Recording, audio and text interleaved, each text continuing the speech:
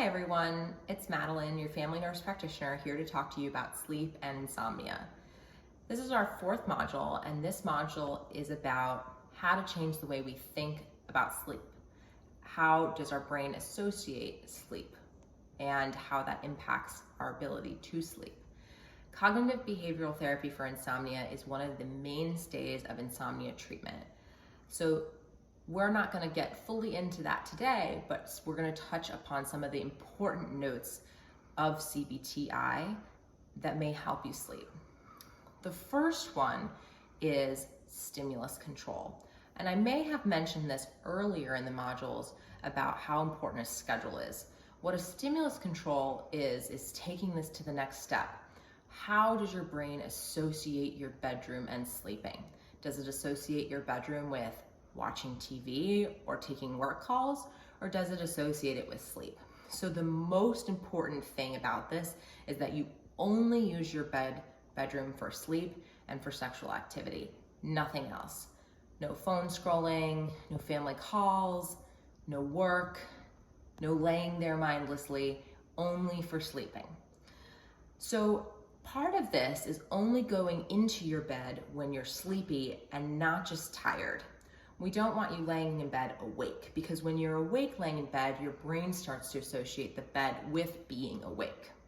So if you're trying to go to sleep and you can't fall asleep, after about 20 minutes, if you're not asleep, get out of bed and go to a separate room, such as a living room, and do a peaceful activity that does not involve screens. If you feel sleepy while you're doing that activity, you can go back to the bed and try to fall asleep.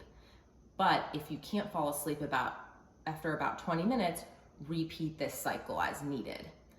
While this may seem like a lot of getting in and out of bed, hopefully your brain will associate sleeping with the bed more and help you fall asleep faster in the future. The other part of stimulus control is having that set schedule. So getting up at the same time every morning and going to bed at the same time at night. So please make sure you stick to this as strictly as possible. Napping, contrary to popular belief, is actually okay and won't necessarily affect your sleep later at night. However, there are a few guidelines that I'd like you to follow.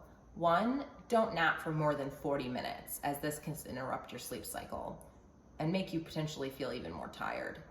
2, don't nap later in the day past 4 p.m., or if you go to bed relatively early, push that to 2 or 3 p.m.